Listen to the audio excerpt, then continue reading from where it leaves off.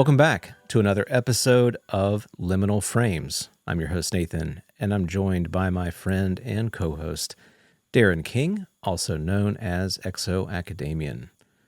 Hope everyone's doing well out there in the world. It's been a crazy week, Darren, a crazy week of highs and lows.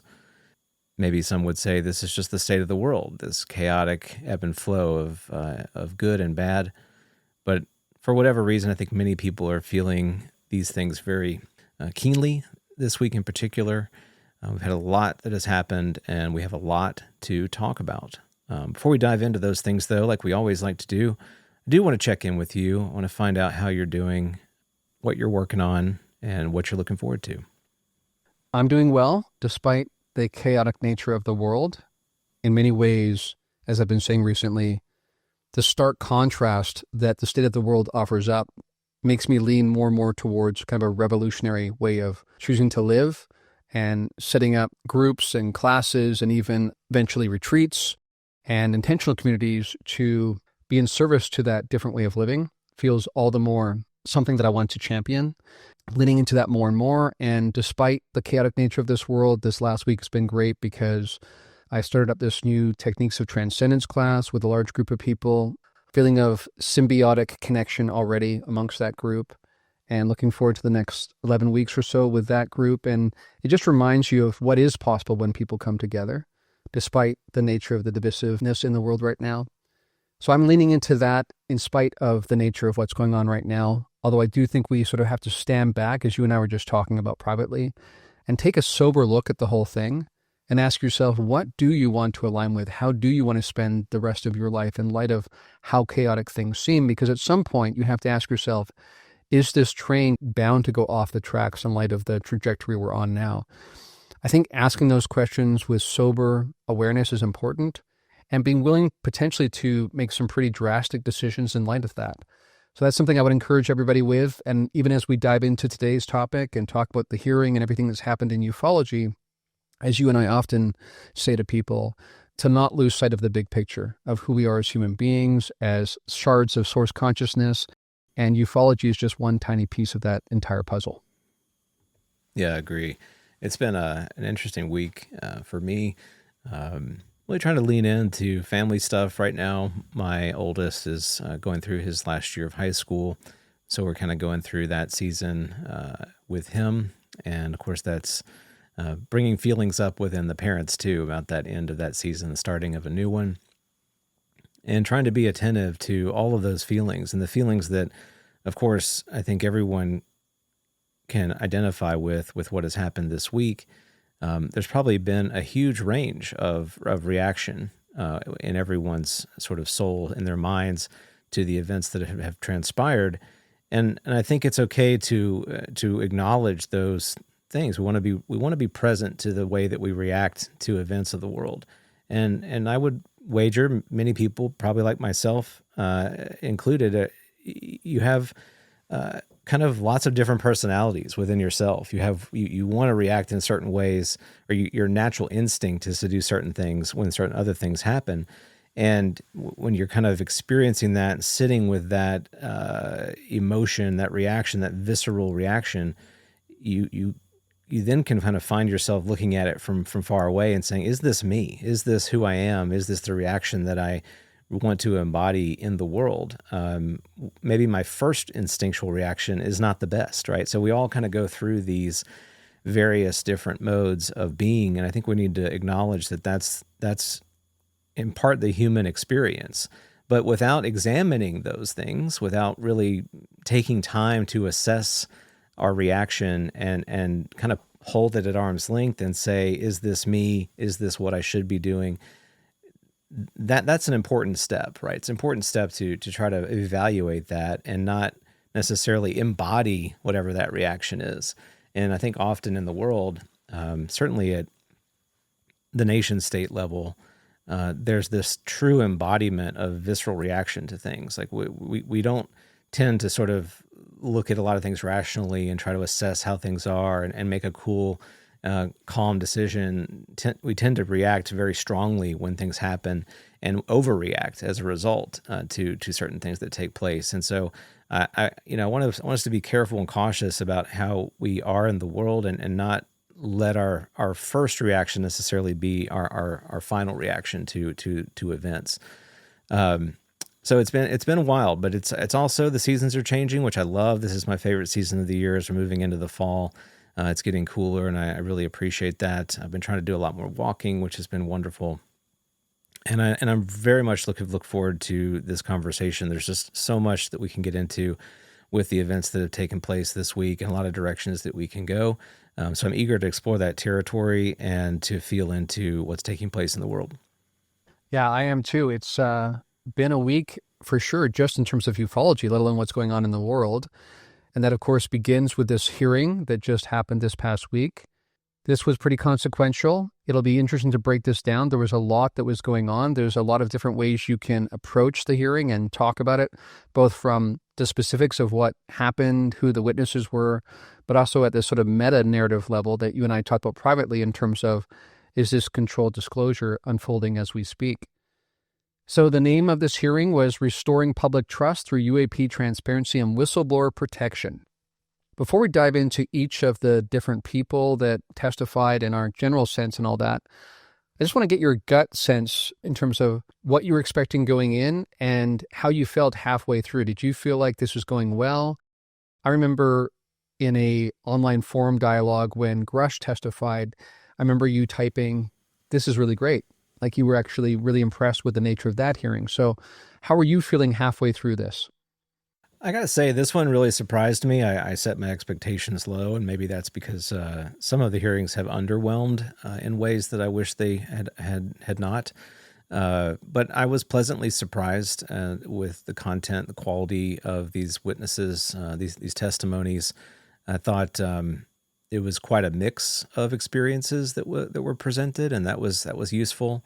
To some degree, it had some of the same old sort of stuff that we'd had before, but I get a sense that the momentum is still there, and you could tell from the statements of the Congress, the questions that the Congress people were asking, like they've come kind of a lot further. I mean, I will never forget Burleson and his very first reaction at the hearing, the very first hearing. He had this look of complete shock, disbelief on his face at what he was hearing. And now you've got this guy who's talking about, all these other things. He's clearly been trying to get more up to speed on these events and trying to make some real change. So that, that's exciting to see. Whether that, how close we are to groundbreaking momentum change, I don't yet know. But I find it absurd that we still have kind of this skeptic debunker reaction to this when we continue to have new names, new anecdotes, strong backgrounds coming forward and saying very similar things. And it's like, well, yeah, here's another crazy, here's another. I mean, it's getting tired, and I don't feel like it's a very rational reaction to what we're seeing. So if anything, and this may sound strange to some, this is becoming more real to me in ways, right? So, and this is coming from somebody that already believes there's a there. So it's starting to solidify things in further ways than I think I had felt before. So I was very pleased. Yeah, I had a similar reaction. When I first heard about the names of people who are going to be involved, it was somewhat of a letdown, only because within our community, we're very aware of, for instance, the hostile witnesses we would love to see subpoenaed that could give testimony that would be really consequential in order to get into the secrecy of the legacy programs and whatnot. And when I saw this list of people, I'm like, okay, well, these are people within the community. We know these people. We've heard them on podcasts. We know what they're likely going to say. Yes, it's good that it's happening in front of a congressional committee for official record, but I was somewhat hesitant in terms of expectations in light of that. But actually, when it rolled out, I was pretty impressed, and I actually thought each of them was really grounded in what they said. They came across as professional and rational in their opinion. I think many people felt like George Knapp really stood out, and he really shone in that particular setting. This is a guy who's been in this for decades, much longer than you and I, and he finally was able to speak about some of the legacy of what he was aware of. And he was prepared. He was prepared for that spotlight, to his credit. And he really gave them information that will help them move to where they need to next in order to really get to this, including naming names, which was very interesting when he did that. Now let's talk about each of the witnesses and break down what they said. I think that they were both interesting individually and also collectively. What they presented made a real impression on people. But I first want to just make a point about something that relates to what you were saying, because on the one hand, it's interesting because we can look back at the last several hearings and we can think about the progress that's been made since 2017.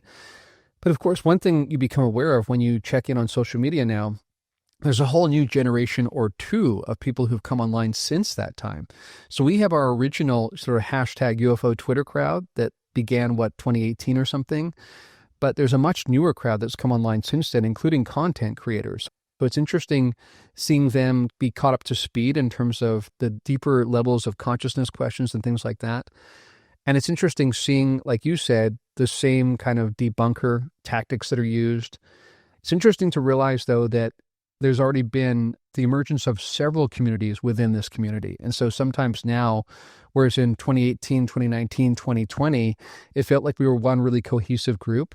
Now actually there's numerous groups, and I've noticed that as well. Any takes from you on that sense as well?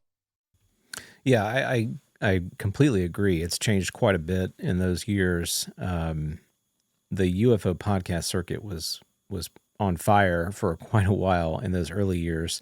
And back-to-back episodes, new content breaking all the time, and certainly, I was part of some of that too. And as that conversation has spilled out from that community of interest in the podcast circuit into the larger arena, into more of the public space, into Congress in particular, some of us might be feeling frustrated, like, oh, I've heard all this before, and this isn't new news. And it's like, well, to me, it's an initiatory experience that is expanding, right? So there are those of us who are already interested, already connected to the topic, very curious, or had a personal experience, and we invest a lot of energy and time into building that momentum. And you had people who were coming out, like Lou Elizondo, who did a lot of time and work and energy to push this forward as well.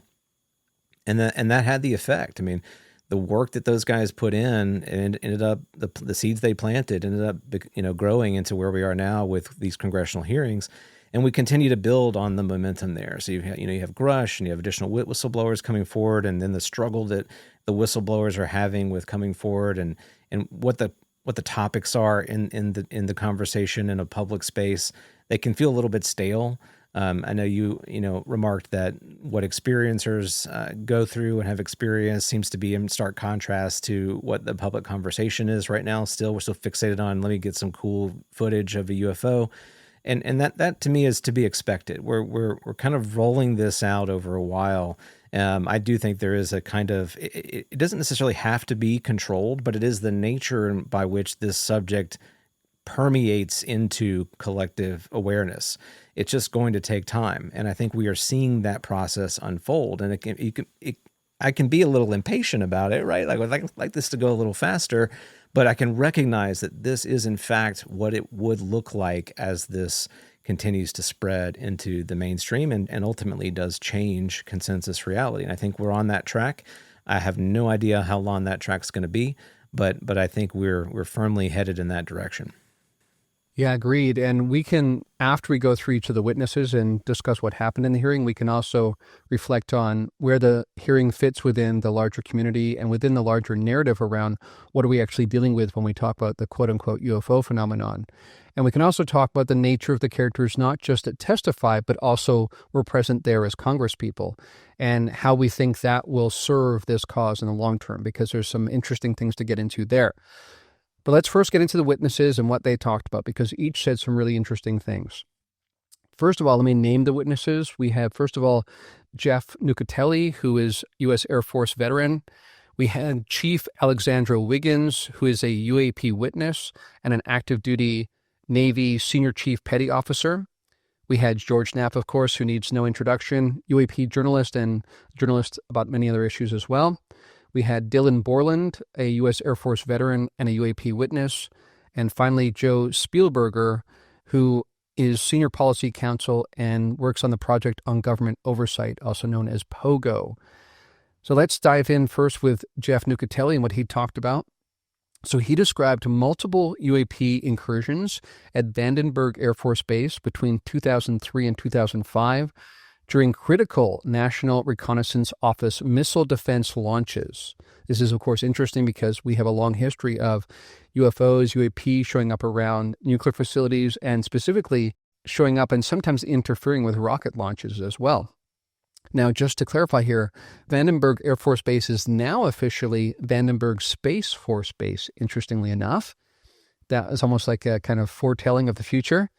And it's on the central coast of California, for those who don't know where it is, about 55 miles northwest of Santa Barbara. It's a major site now for space launches, missile testing, and satellite operations. So if you're going to have some interaction with extraterrestrials, Nathan, this is the place to do it. Now, let's talk about some other things he mentioned, because his testimony was really interesting and I think pretty profound, just in light of the drastic nature, the compelling nature of what he actually witnessed. It wasn't just your standard flying saucer. So he recounted seeing a glowing red square hovering over missile sites, a fast-moving bright object over the ocean, a large triangular craft hovering silently before departing at high speed, and a pulsing orb near his home that maneuvered in strange ways. He said these incidents were witnessed by many, and they were documented and reported up the chain of command, but there was no guidance given downward on how to handle or report them. He called for independent research into UAPs, and overclassification is a problem. He called, of course, for greater transparency, as each of the witnesses did. So, Nathan, this testimony, what did you think about it? I know we've heard some of his testimony before, but how did you reflect on it in light of hearing this being said in a congressional testimony?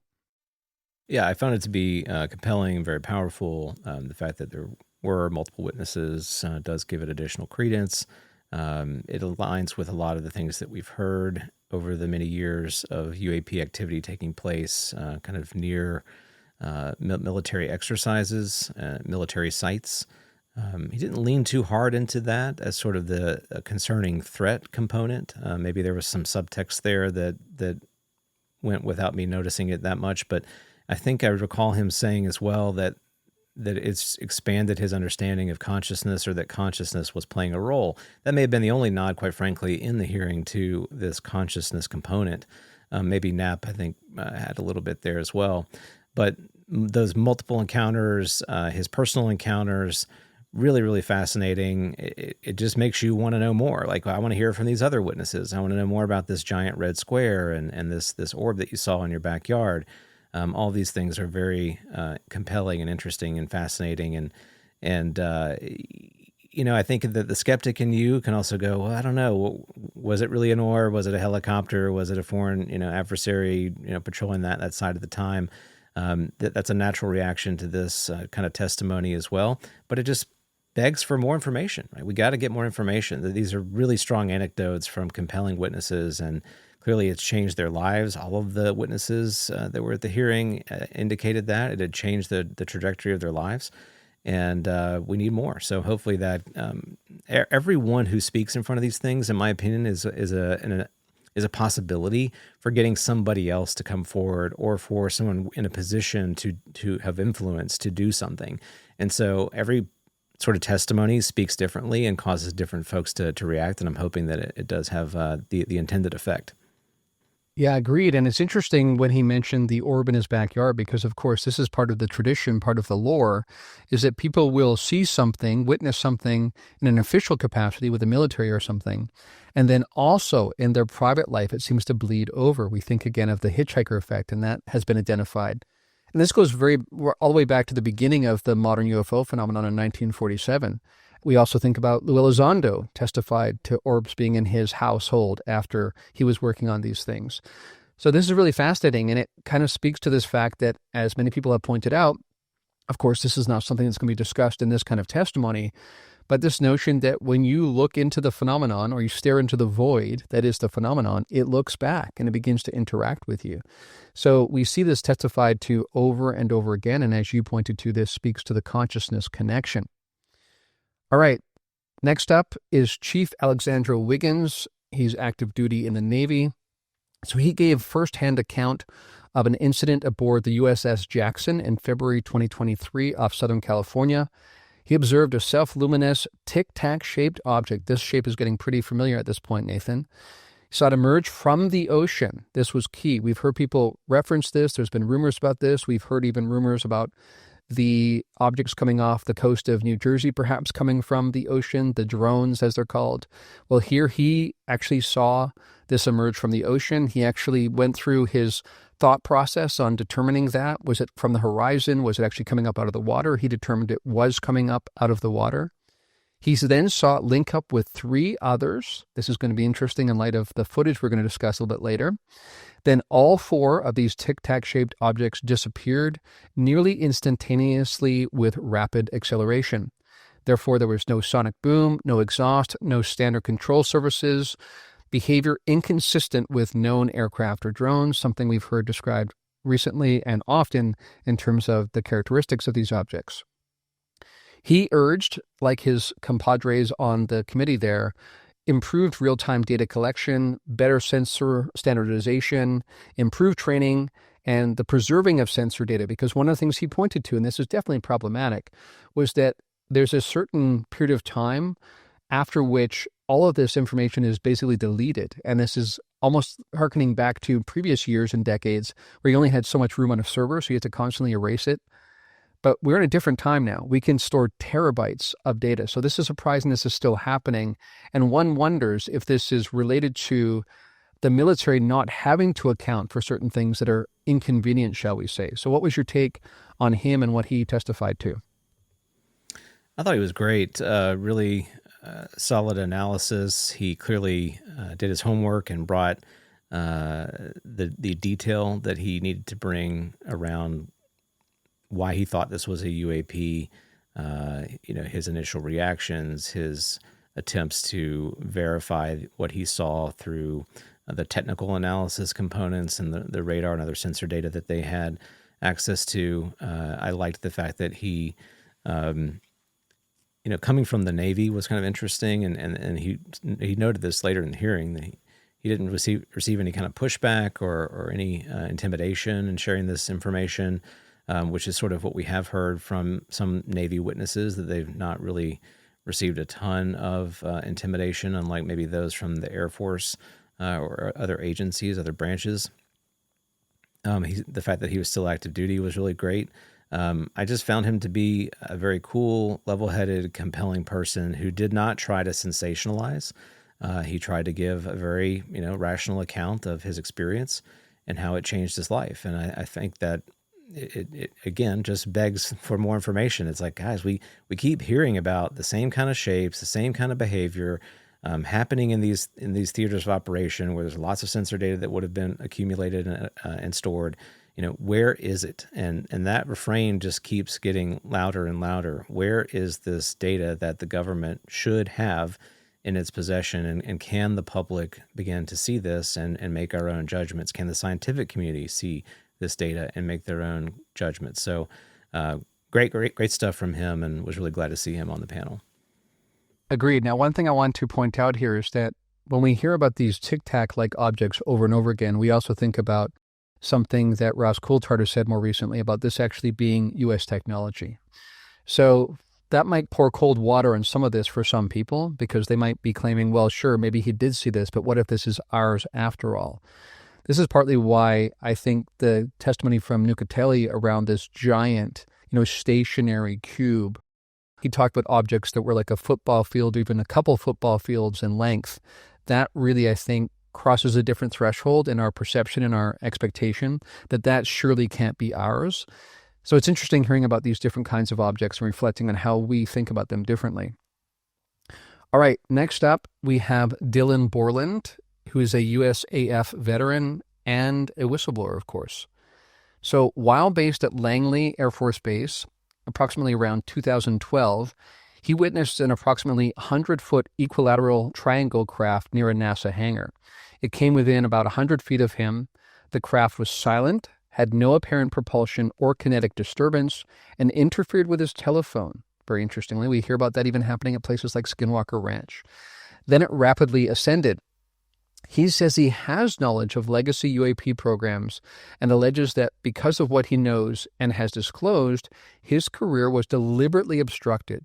Harassment has resulted, denial of work in classified roles. Security clearance issues have arisen since then. He's experienced workplace isolation, and he's seen the manipulation of employment documents. He formally reported to AARO and to the ICIG, but says that the process has been unsatisfactory, that investigations or intake have focused more on how much he knew and less about actual follow-up.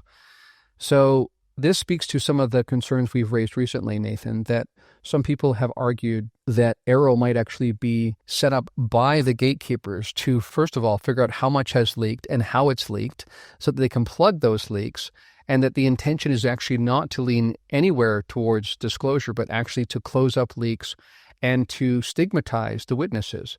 We have yet to hear, I think, from any whistleblower that's gone to AARO who's come back with a really glowing report of the experience. I can think of many that would say the opposite, actually. So what's your take on him? Because here we have someone who not only is coming forward and being willing to testify, but unlike Wiggins and his testimony, he's talked about experiencing all sorts of official administrative terrorism, to use a word that David Grush referenced. So what do you think about when you think about him coming forward and the cost that he's suffered as a result? Yeah, I found Dylan to be also very compelling and an important testimony, and quite frankly, very brave to come forward and say what he said. It is a whistleblower that people complain about, where are these whistleblowers? I mean, here's a guy who directly went to the ICIG, provided his testimony, was harassed as a result, doesn't seem to have been protected in any way, shape, or form. And that was sort of directly tied into a common refrain during the hearing, which is that we need greater whistleblower protections for people like Mr. Borland.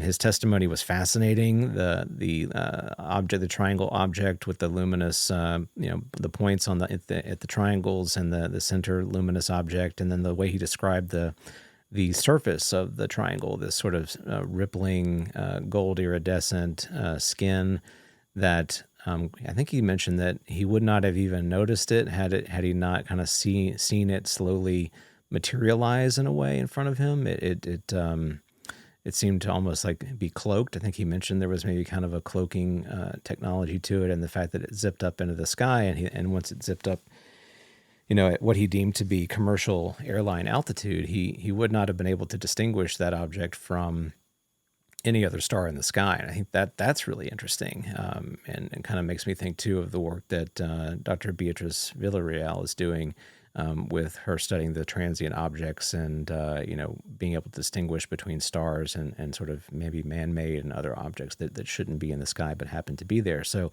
really fascinating testimony there. And I think, again, like you said, adding a refrain that AARO may have been set up as a catch and kill operation.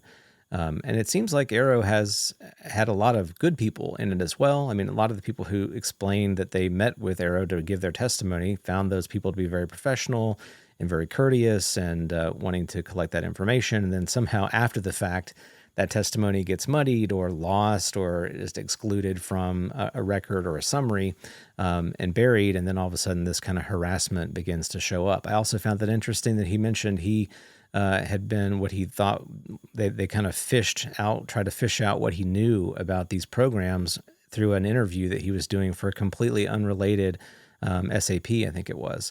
And so that shows you the degree to which this is sort of a coordinated effort to try to put the muzzle on this information and try to control it. So again, very brave from Dylan, and I hope that he does get some of the protection that he's hoping for.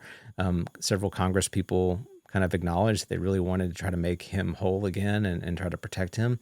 But it begs the question, what kind of authority, what kind of power do they have to actually do that? So Really interesting. But I think that, like many, for people who come forward into the public arena, this does provide a level of protection. So I would like to see that, we'll keep eyes on him and see what happens. But I think by him coming forward, he does give cover to other whistleblowers and himself. So kudos to him for stepping forward in this way. Yeah, I really enjoyed his testimony. I found it very compelling and very heartfelt. And I think many of us felt our heartstrings being pulled when we heard about his experience and how he's unemployed as he speaks and has felt like, again, administrative terrorism has made it difficult for him to find gainful employment. And I certainly hope that Congress thinks about not just technically protecting the lives of these people, but actually finds some way to help them financially as well. We, of course, couldn't help but notice David Grush sitting up in the corner with all the Congress people, now, of course, being an aide to Eric Burleson. That's one person who's actually found gainful employment from people who are sympathetic to these measures, but not all of them probably can be hired as aides. So what will we do for these people? I think we have to ask some really significant questions and come up with some actual answers. We can't just wax philosophic about this. That's one of the things we can sort of reflect on at the end of this is what will actually be necessary for the next round of whistleblowers to come forward. Because one thing I think that did come clear from this testimony, as well as what's been bantied about within the community, is that there are a whole host. There are many more whistleblowers ready to come forward than have come forward that are waiting for that assurance, some sort of sense that the tide has turned. But even when we reflect on Matthew Brown's recent testimony that we're going to talk about in a few minutes, there's, at this point, actually concerns that it's actually not turning the right way at all.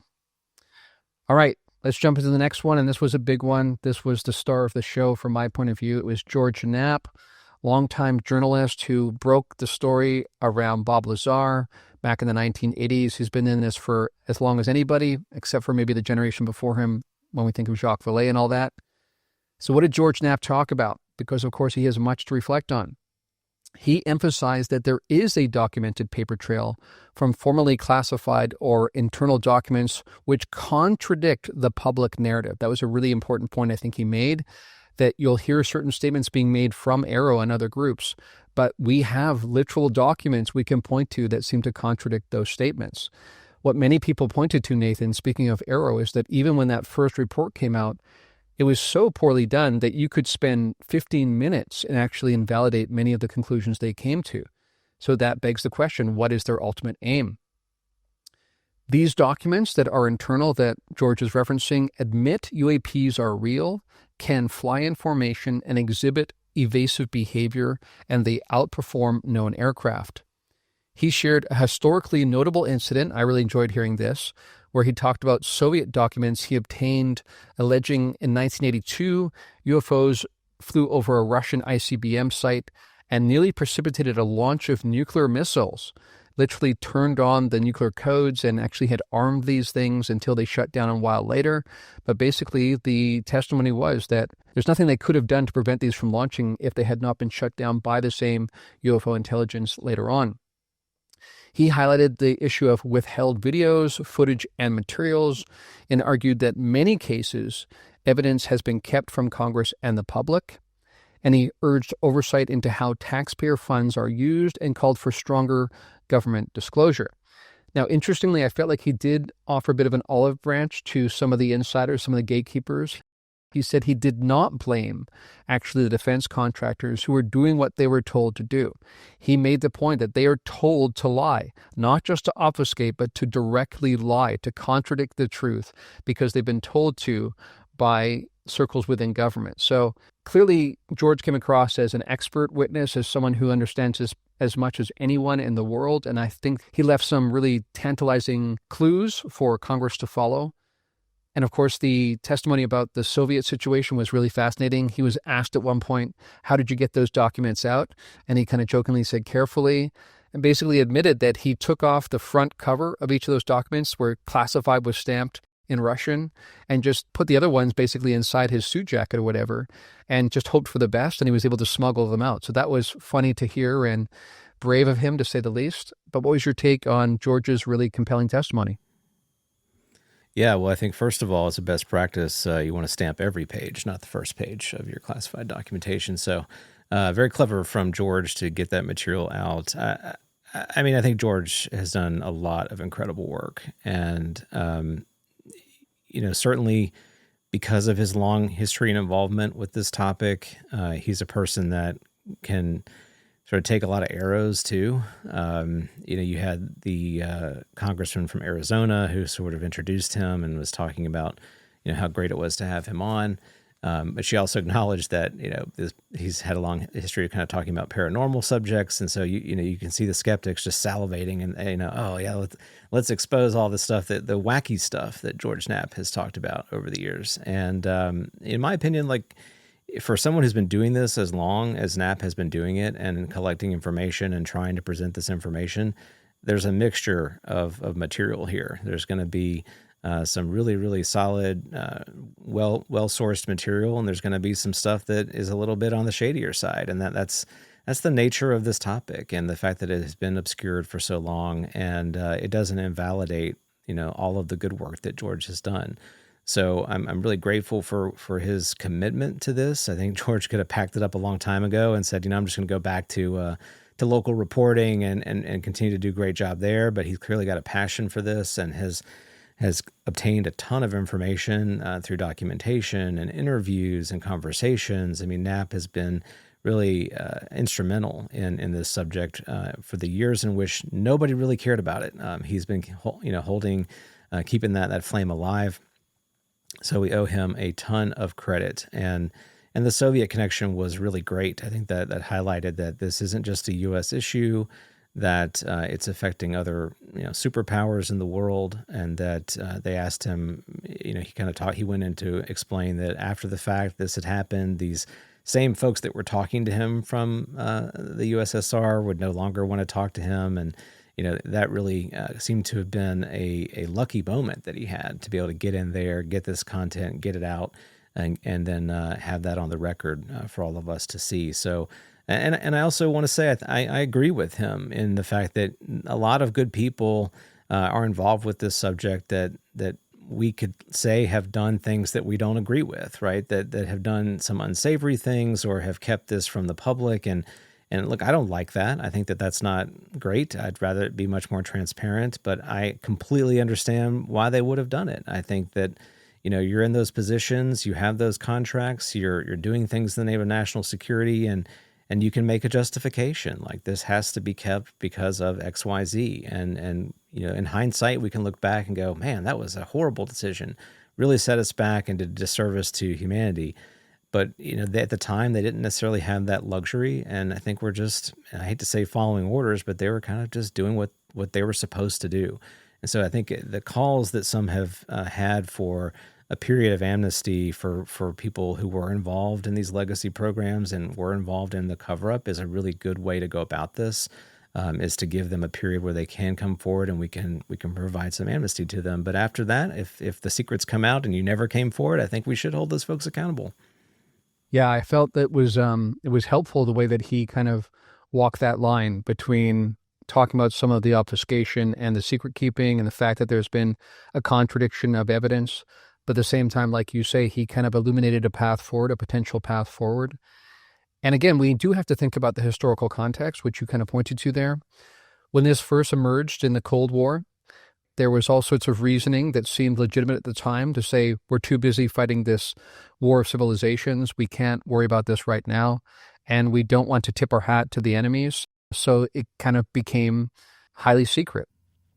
Another interesting tidbit in terms of the historical dynamics around the Cold War is that he referenced, I think, in his testimony, that there was actually this back channel between the U.S. and the Soviets where they would actually call each other and say, just so you know, we're spotting these things. That's not you, is it? And they basically would recognize, because of these near misses, like where these different missile silos would either go offline or online, both in the Soviet Union and in the U.S., that it was important in order to avert a catastrophe that they at least check with each other to make sure that this was your craft and not UFOs again. So this was clearly common enough that they actually had to establish an official protocol to set up these back channels. None of this was talked about publicly, of course.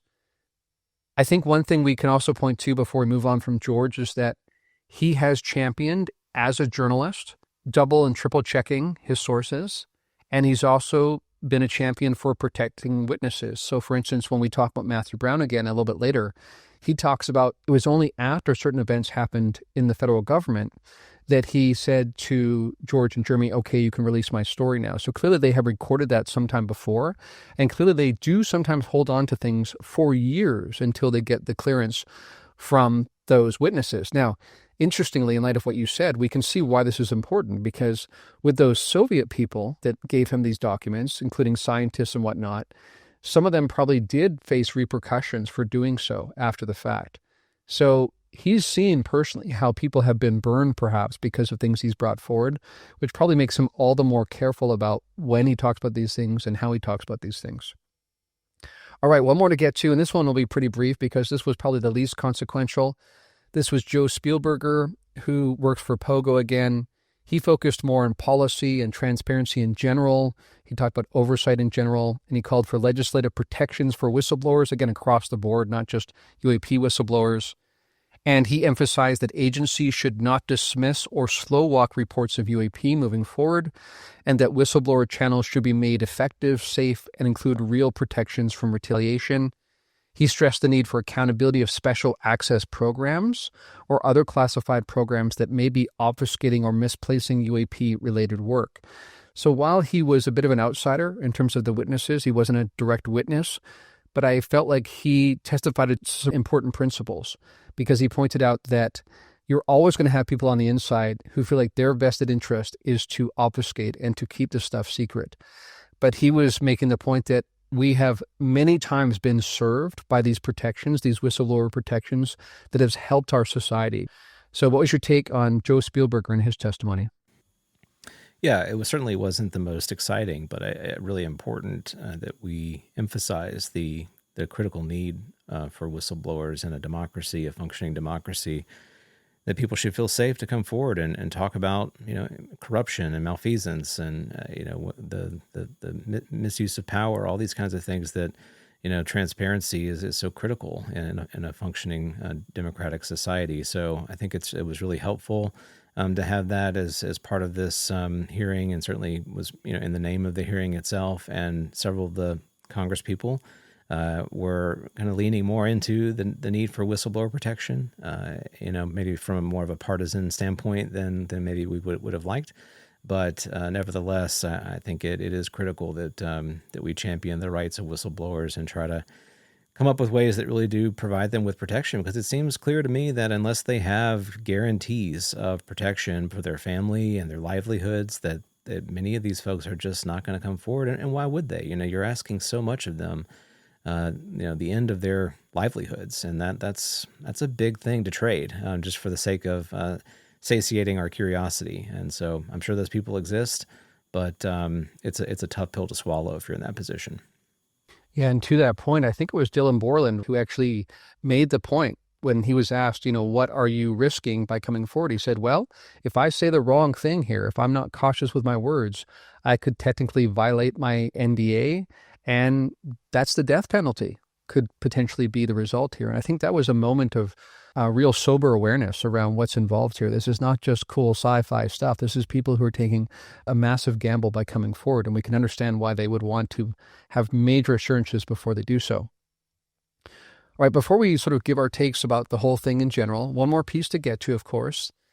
Sometimes I've noticed, Nathan, with these different hearings that people feel like witnesses alone are not enough. And so we see some sort of evidence brought forward, some sort of footage or a photograph that's brought forward that's meant to be the real tantalizing tidbit that maybe they're hoping the media will pick up on. That was also the case here. We had the introduction of a video, black and white video, filmed of this object flying over the ocean again, and then being targeted by a missile that was not able to bring it down. So we were expecting to see destruction of an object. This is what we would typically expect to see, we were told. But instead, what we kind of see is it seems to split off into multiple parts.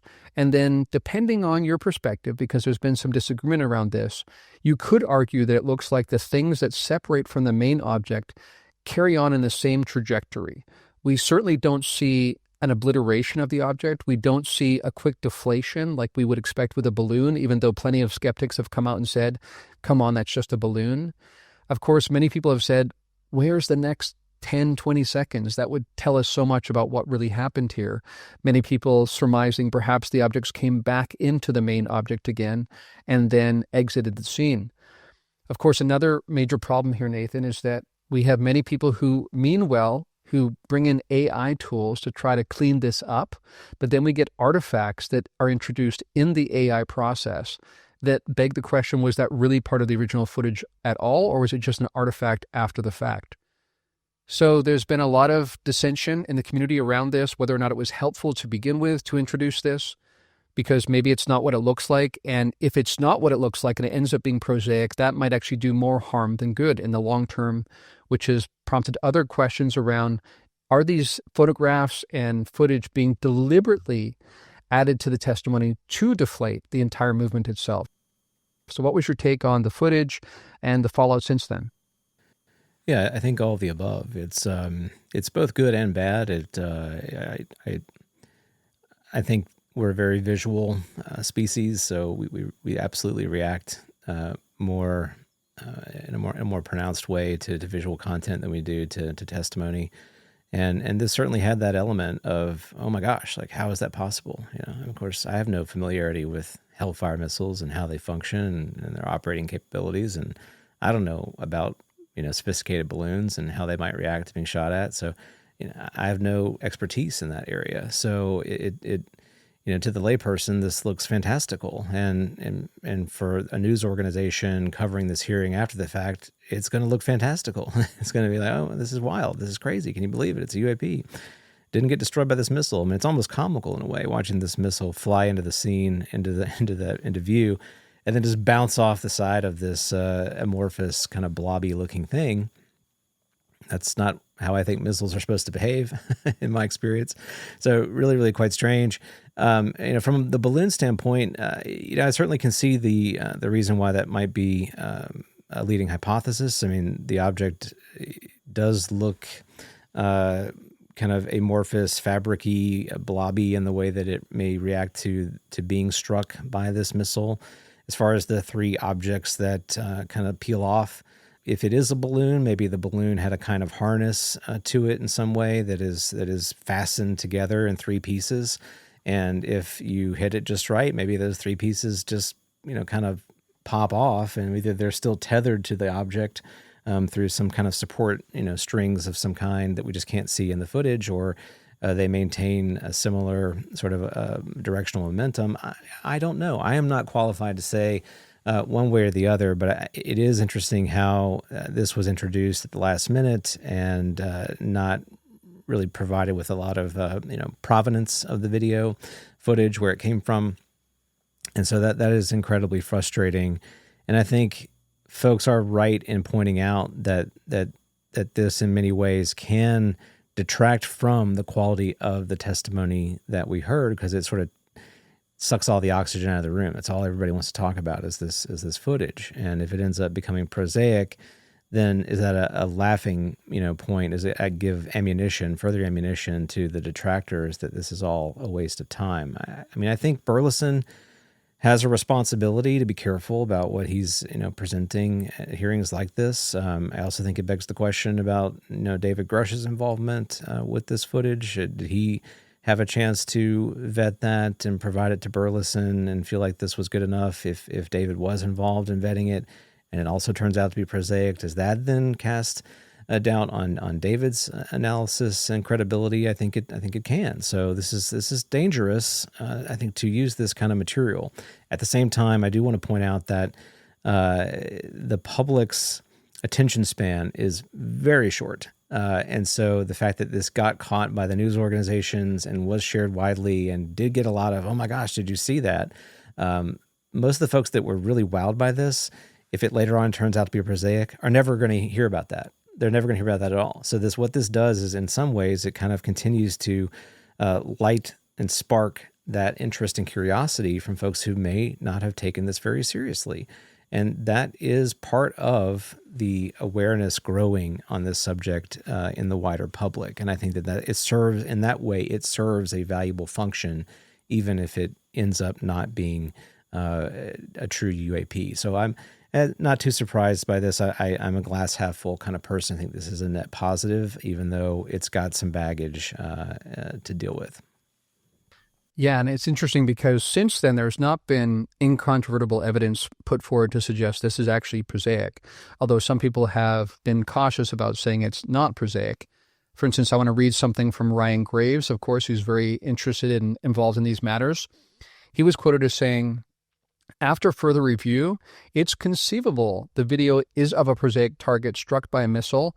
Chunks broke off, stabilized in the airstream, and began a parabolic descent that is generally aligned with the camera angle, making the target aspect change nearly imperceptible as it descends. If we had a longer video, we may see the components impact the water surface eventually. Without source details, I can't say more," unquote. So he's certainly being cautious about that. But you make a good point, and it's interesting. When I asked my dad over email if he'd heard about the testimony, he said, "I saw something on the news about this object that was struck." So a lot of people, that's all the news picked up and all they heard about. At the same time, while I hear what you're saying and I think it's true, I think what people want to see to really make their minds up, if you will, is some sort of footage that, according to their understanding, is clearly not prosaic. Because to your point, we don't really know what a Hellfire missile does when it impacts an object. Apparently, it doesn't cause an explosion, by the way. I read that afterwards. So that partly explains why we don't see an explosion. But at the same time, I don't know what different objects will do when they're impacted with a Hellfire missile. It certainly looks somewhat like they keep going, these objects that come out, but I'm not at all qualified to say that's true or not. I saw this one video that looked like a cleaned up AI kind of augmented version where it almost looks like these objects come out of a subtle opening. Like when you look at this close-up, there seems to be an opening in the large object, almost instantaneous with the impact of the missile, and these things seem to emerge. And then you could argue they take up this flank position, maybe in protection of the mothership, if you will, almost like bees protecting the mother bee. But again, that's largely open to interpretation, and it raises the question how much of that is an artifact of the AI process itself. We also think about what happened with Luis Elizondo, where at the last minute he presented that one photograph that was quickly debunked. So that, to be clear, has not happened. We haven't had clear debunking of this. So maybe that means it is something truly anomalous.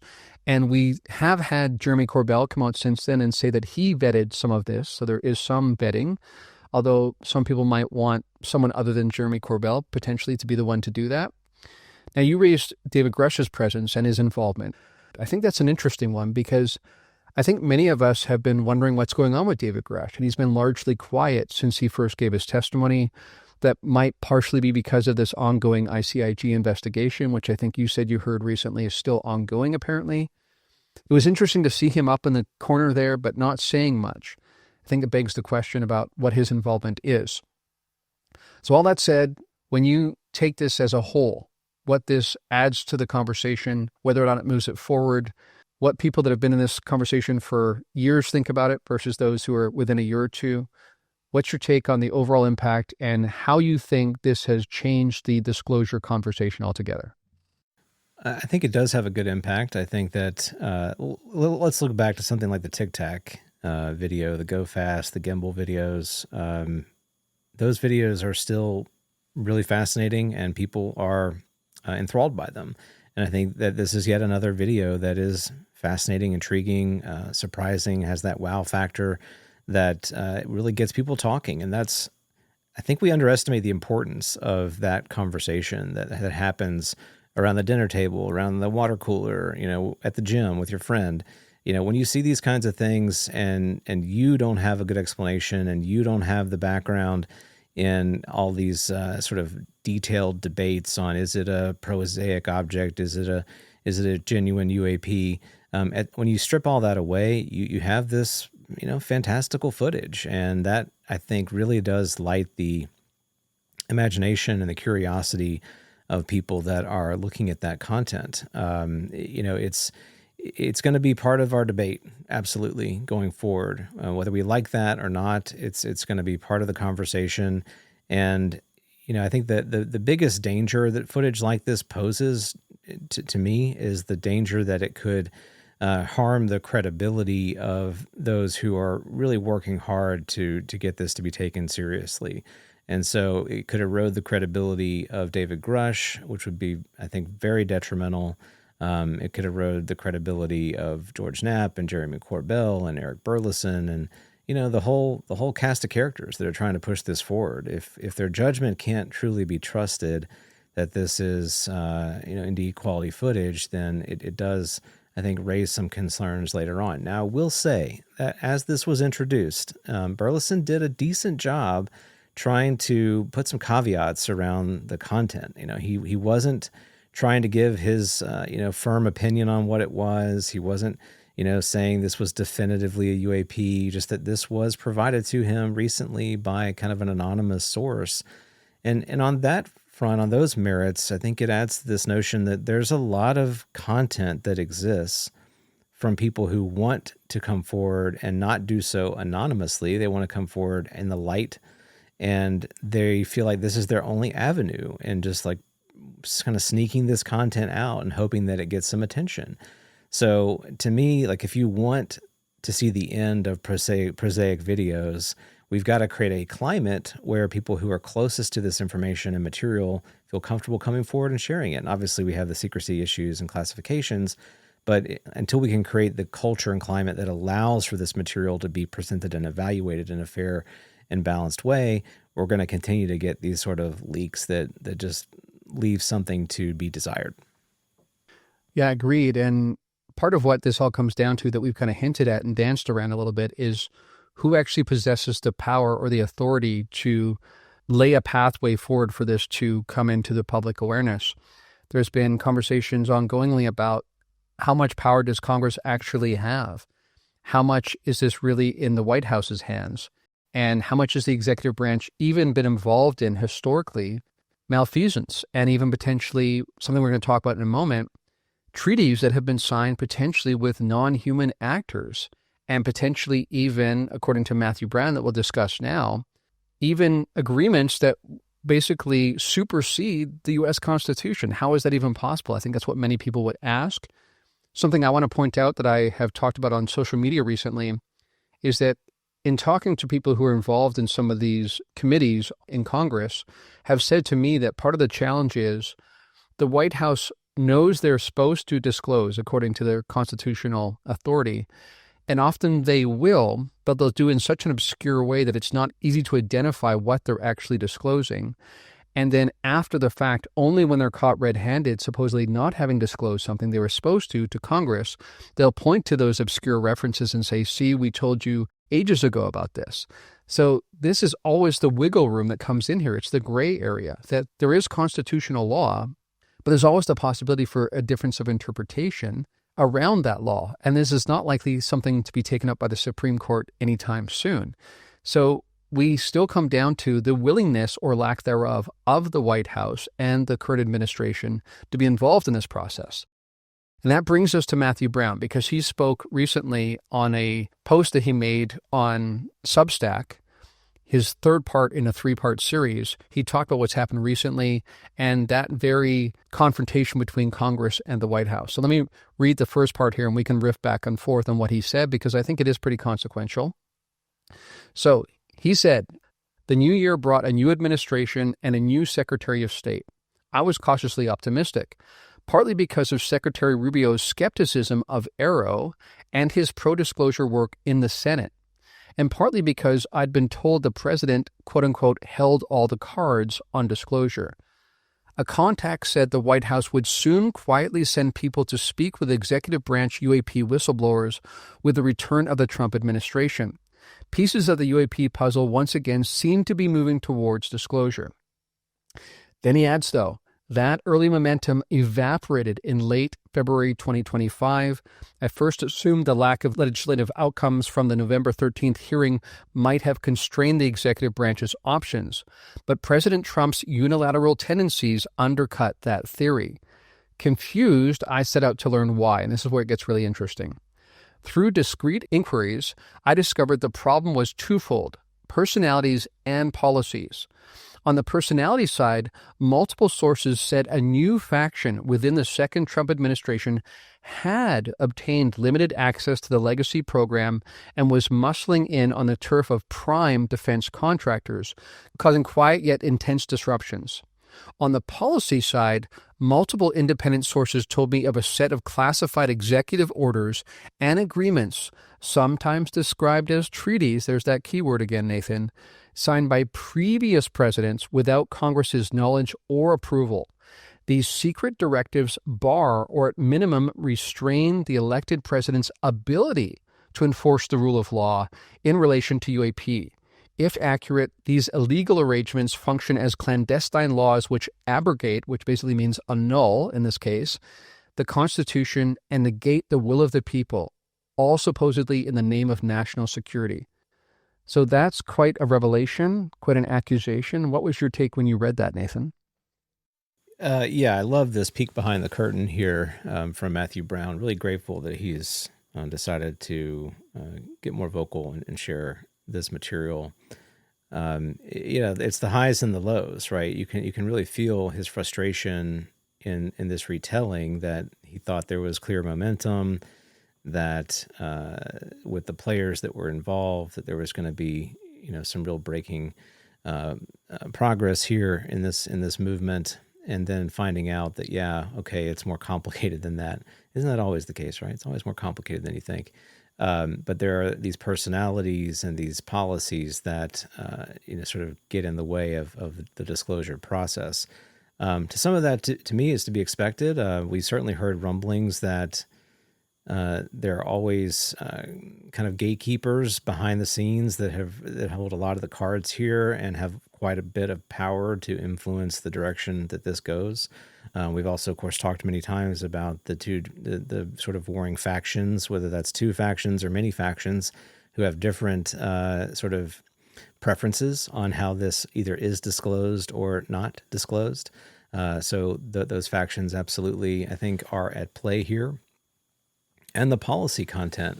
This is really, it's revealing. It certainly aligns with things that we've heard in the past about prior secret agreements and executive orders, and sort of changing in some ways the behavior of agencies, and even restricting presidential authority on a need-to-know basis. Does the president in fact have a need-to-know?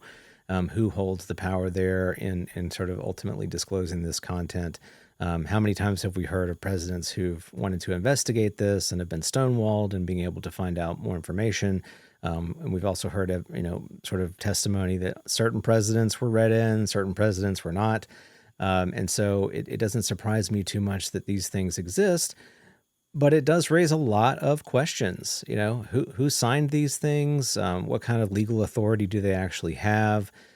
Is it a true kind of enforcement ability that they restrict presidents from doing this, or does it provide a president who just maybe is kind of uncomfortable with this? Rather, it doesn't give them the kind of policy legal cover to say, I would just rather not because of this longstanding agreement that we have in place. It makes me concerned.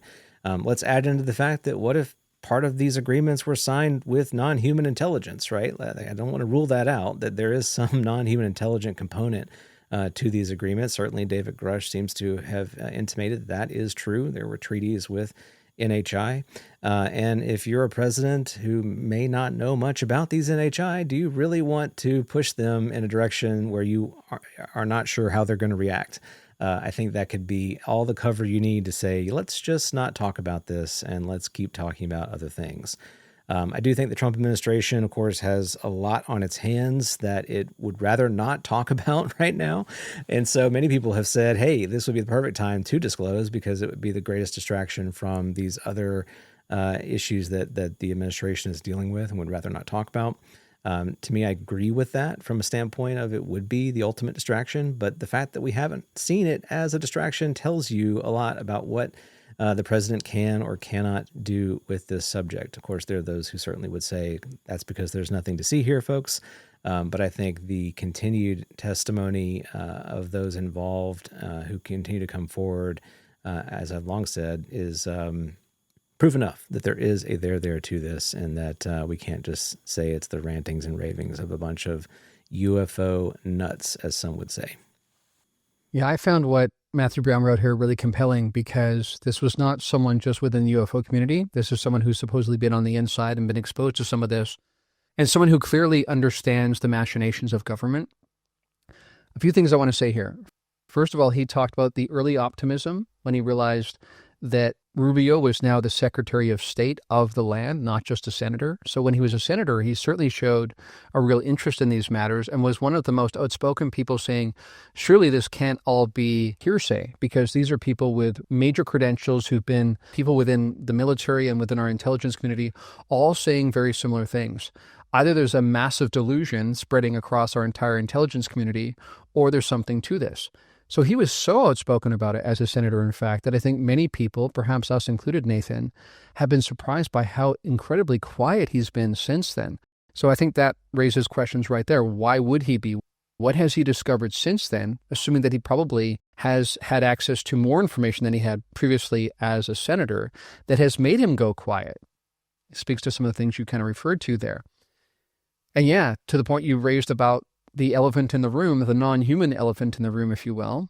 What role is NHI playing here? Have they played? Of course, we think back to the lore talking about agreements that were made within Eisenhower administration, just to refresh the memory of some and to perhaps introduce some information that others are not privy to. The lore suggests that there was a first group that approached Eisenhower in the Eisenhower administration that offered to come to assistance and to help transition the economy and help change the nature of the world if the U.S. government was willing to disarm, to basically do away with our nuclear weapons. The lore suggests that Eisenhower said, thanks very much, but no thanks. We're not convinced that if we do that, the Soviets will do the same. So they felt like it would be too much of a disadvantage and apparently said no to this initial approach by this one group of NHI, because of course this brings in the matter that there's more than one kind, even potentially different sources. Then, according to some segments of the lore, a second group approached the Eisenhower administration and didn't ask for that disarming, which again raises questions about what would their intentions be, their ultimate agenda. And it was much more of a quid pro quo in the sense that we will give you this, you give us that. One of the suggestions being that this vast abduction campaign that was about to take place would be allowed to happen without the U.S. government disclosing that was happening. In fact, to do quite the opposite, to basically obfuscate and discredit the people who claimed it was happening to them, to the very own citizens of the country. Think back to different discussions that have been had, different testimonies provided by people who supposedly were part of these programs. We think again about someone who said that he basically was involved in telepathically tapping into the Greys that were conducting what he came to believe were abductions, that they were giving coordinates and times and things like that and passing it up the chain to an elite group within the Air Force. He became uncomfortable with that and basically bowed out after that. So this has been part of the lore for a long time, that there has been agreements been made. We hear, of course, of discussions about these secret bases that are underneath the desert in the American Southwest, where potentially hybrids are being created, even super soldiers, where there's ongoing engagement, perhaps even portals over the desert where some of these craft come in. Sometimes they go through some sort of process that doesn't go well when they come in and then crash, which relates to this notion of crash retrievals, even the notion of hybrids that are, in one case, recovered and then raised as a daughter, as we talked about before, put into the U.S. college system and all of that. So this builds a bridge, at least theoretically, Nathan, between some of the most outlandish, some people would say, elements of the lore and what's being publicly disclosed by people who were on the inside. So let me ask you for your best sense of this. When you read these kinds of references and you think about things that Matthew Brown has cryptically discussed before around this being like a matrix, a controlled reality, all of that, and that God is real, but if we don't step up soon, we're going to lose control of our civilization once and for all. So when you hear what he's saying, again, quite cryptically, does it for you tie to some of these more outlandish elements of the UFO lore? Yeah, I think there is certainly a connection. And you brought up a great point that there are these really potentially unsavory components to the secrecy. And if you're a president who has at least some knowledge of that of that history or awareness of these the dark side of these agreements, if the public's not really chomping at the bit for this in a big way, then you don't need to talk about it.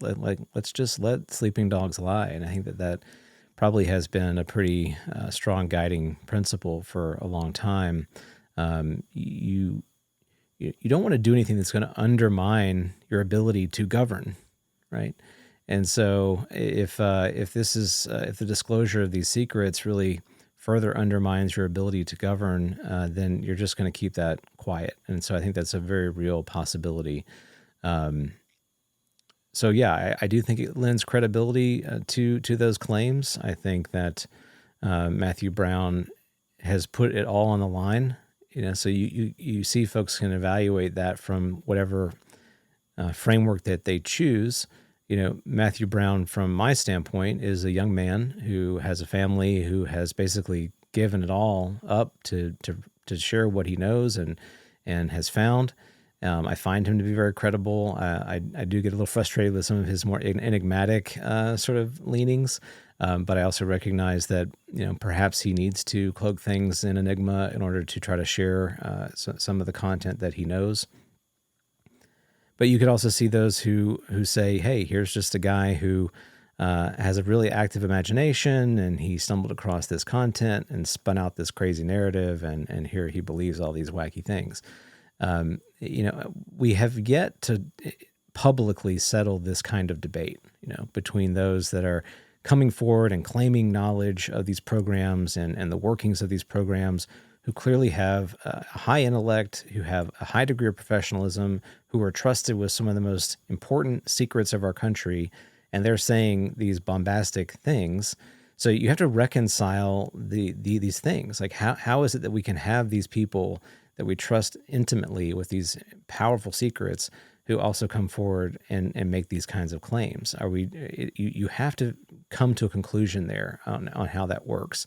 And I tend to side on that they are trustworthy because of the actions they have taken and what they've placed on the line here. So I do lean toward these claims being true, and therefore a lot of the associated claims that go with them also having some validity.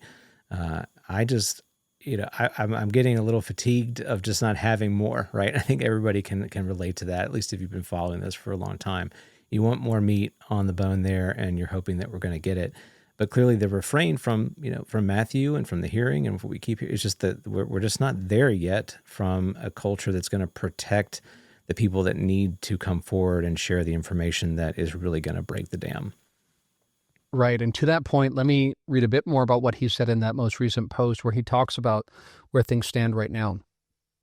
He says, I have much more to say about UAP, NHI, TUO, which is a new acronym, which actually stands for Technologies of Unknown Origin, and the cover-up, and about how they intersect with two urgent challenges, artificial intelligence and weapons of mass destruction.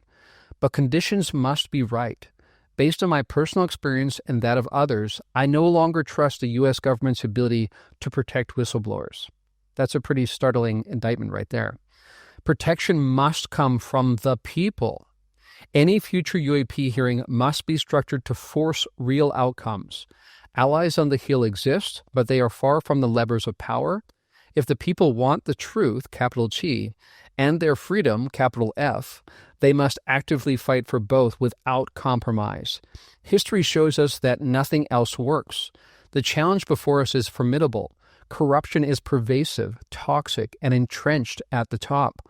Unelected leaders in our defense and intelligence establishments have forgotten their oaths, if they ever believed in them at all. An inquisition is desperately needed, whose sole filter is supreme loyalty to the Constitution of the United States of America, not an agency, a company, or a unit. Forming one will require steep political and societal efforts from the bottom up. I do not know what comes next, but I will be working to help to build that movement. If you value disclosure with a capital D, accountability, and our Constitution, please do one thing. Pressure your elected leaders unceasingly for justice. More will come. So a lot in that, Nathan. What's your takeaway from that? I am not hopeful. That's a tall order. That's a very, very tall order. If you look at the public right now, I don't see a unified electorate.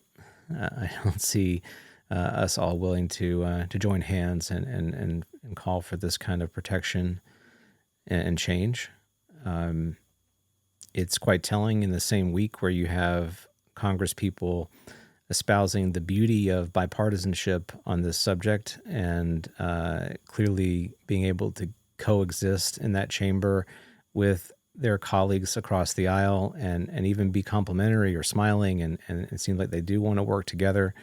It's very telling that in that very same week, within a matter of just a few days, you can have some of those party members almost calling for the heads of their counterparts, and that's where we are. I don't think that we are appealing to our better natures, and I don't see a path forward to, at least in the current climate, to create that kind of environment that would lead to this type of change. The forces that are in play are just too strong, and the will of the public is very fickle. So I'm not that hopeful, and I hate to sound that defeatist. Hate being in the same podcast, going from an optimist in some ways to sounding very defeatist here. But it's a very tall order what he's asking for, and I think you could see it, right? We could see it if the right whistleblower comes forward with the right kind of information and quality of information. The stars could align in that way. And look, for various reasons, and we can certainly discuss them, I can be frustrated with the NHI themselves, right? So, look, I mean, they certainly could come forward and do some things here to make it more clear that there is something here, if that was in their interest. And like you've said, there are potentially competing NHI with different ethics, value sets, whatever, that may preclude them from taking a more active role in this type of way. So it is, in a way, it is kind of what it is, and maybe it unfolds when it needs to unfold. So I'm trying to be a little bit patient here and not get too frustrated, but I think it's going to be tough to get what Matthew is calling for. Perhaps to close this episode, it would be worthwhile to actually frame this within the context we actually live within. Because it's one thing to theoretically talk about disclosure, but you ultimately have to talk about what would it take for purchase to actually happen in the society we actually live in this day and age in 2025.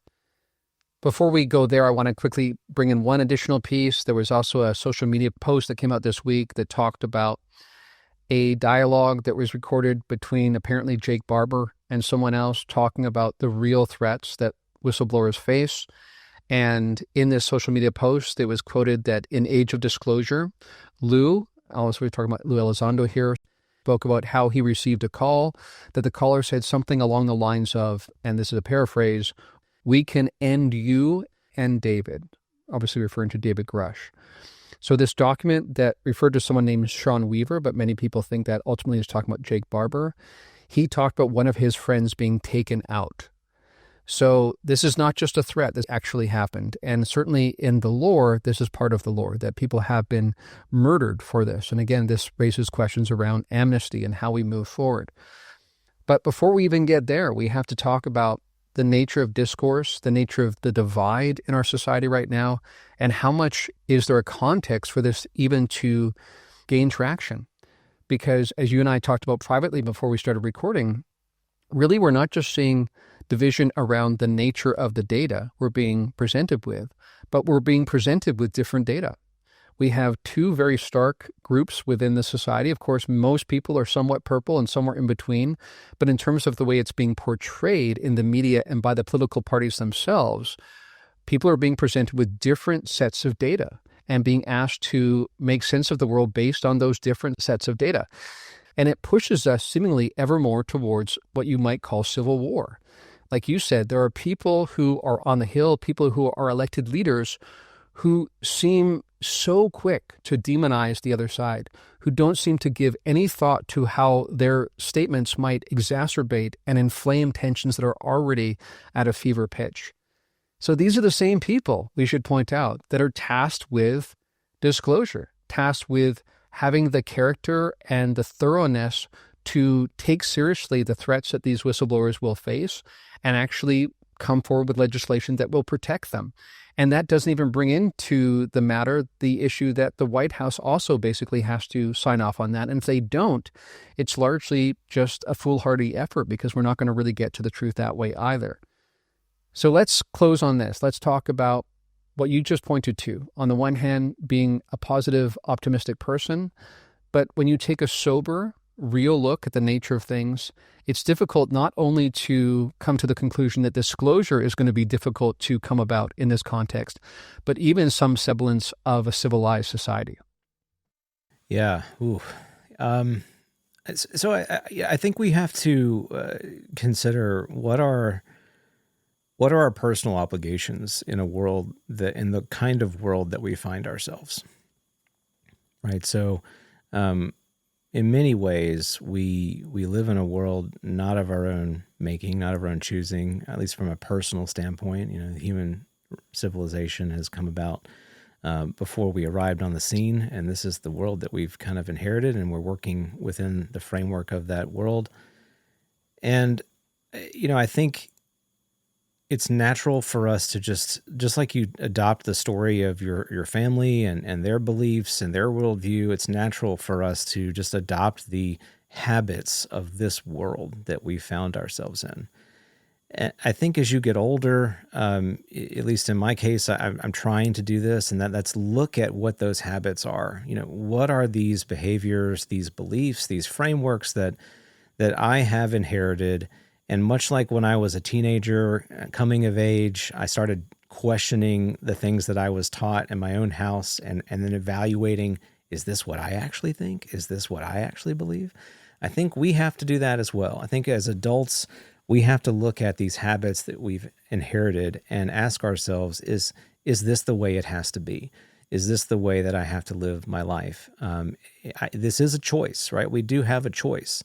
And unfortunately, I think we have really become very complacent. Another word to use here would be addicted to these habits that we've inherited, and that we've confused the world of technology and the benefits of these algorithms and all these things that light up our brains with excitement and interest. We've confused that world for the real world itself, for the world of genuine human interaction, of being present in the moment, all those kinds of things. But that's not lost, right? We have every opportunity to lean into that reality, that alternate reality that I think is truer to who we are. And I really want to champion the refrains of those on social media who are using that as a way to say, look, maybe disconnect from this for a while and maybe turn down what you're seeing on your feeds and just reconnect with real people, your neighbor who totally disagrees with you, but who, you really appreciate the things that they provide to your community. Let's lean into that, right? So to me, these things are kind of fundamental. They're kind of basic, but I think they are steps in gaining more agency for ourselves, right? We've really abdicated our agency to these habits and to these technologies. And it's time to reclaim some of that agency in our own lives by saying, hey, I don't have to play this. I don't have to do this in this way. There's another way to do it. And I think if we can begin thinking about that and asking that question, we're going to chart a way out of this that maybe, just maybe, creates that environment that is conducive to true disclosure. Yeah, and that's a good point to end on, because for those of us who are intimately familiar with this conversation, who have been most impacted by the consciousness aspect of it, we would say that is what ultimately needs to be disclosed here, is the nature of consciousness, the centrality of consciousness, the primacy of consciousness, and therefore, in a way, just how special we are. In many ways, the spotlight is always on these mysterious others, these NHI, these ETs, these interdimensionals, all these different terms that are bandied about within Congress recently. But what this really reveals is that we have tremendous capacity, and we don't have to be slaves to this system. Now, that said, I acknowledge, and I know you acknowledge, and this has been part of our conversations, one has to, I think, ask some pretty sobering questions around what choices am I willing to make? How significant, how momentous a choice am I willing to make to support a different kind of world?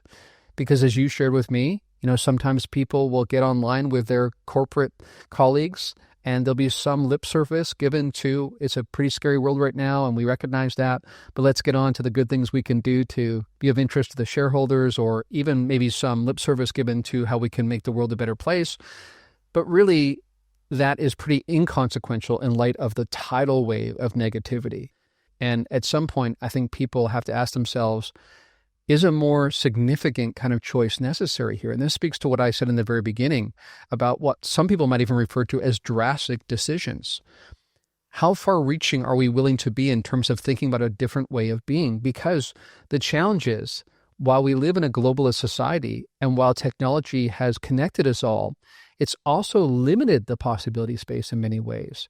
It said you can all be connected, but you have to live this way in a world that's structured around technology, that's subservient to technology in many ways, and it's a very left-brain oriented society, rather than this holistic, connected reference that rises more from the right brain. So this is where I am, and I think many of the people around me, yourself included, are at this place too, asking not just questions about when will we actually have official disclosure about NHI, but when will we have some acknowledgement officially of who we truly are, our true potential. And I think even long before then, we want to be part of that solution. We want to live into that possibility. Yeah, completely agree. And these are opportunities to have those conversations when we're met with this kind of discord in the world. It is an opportunity to hopefully find an alternative, find another way out. And I think people are trying to do that. I encourage folks that if you happen to be one of those people who's trying to do that, please keep up the good work there. If you come across someone who's in conversation, who's trying to do that, lean into that conversation and encourage that kind of discourse. That is what we need. And, there's a lot that we can get wrapped up in. And I want to include disclosure in that. We can get really wrapped up in this chase for disclosure. And I think that is exciting and fun and highly rewarding and meaningful and is going to change the world. But at the same time, I don't want us to confuse kind of the shiny lights for sort of the things that matter the most in our true human nature and who we are called to be as human beings. And I hope that we can find that and champion that as we move forward. It's been a week, Darren. It's been quite a week. And I look forward to our next conversation. It's never a dull moment. It's a volatile world. To use your phrase, we're coming to kind of a point of convergence in our world, in our lives, our society. And we're either going to emerge from that point of convergence transformed, or we may not make it out, and we may just become like Mars, and that's just microbes that have been left over from a long dead civilization. Hopefully not. On that note, may the quality of our questions, shaped by a desire for understanding, enhance our journey of discovery. And may our travels broaden the sphere of our consciousness, reminding us that new discoveries beget new horizons. As always, adventure awaits. We'll see you next time on Liminal Phrames.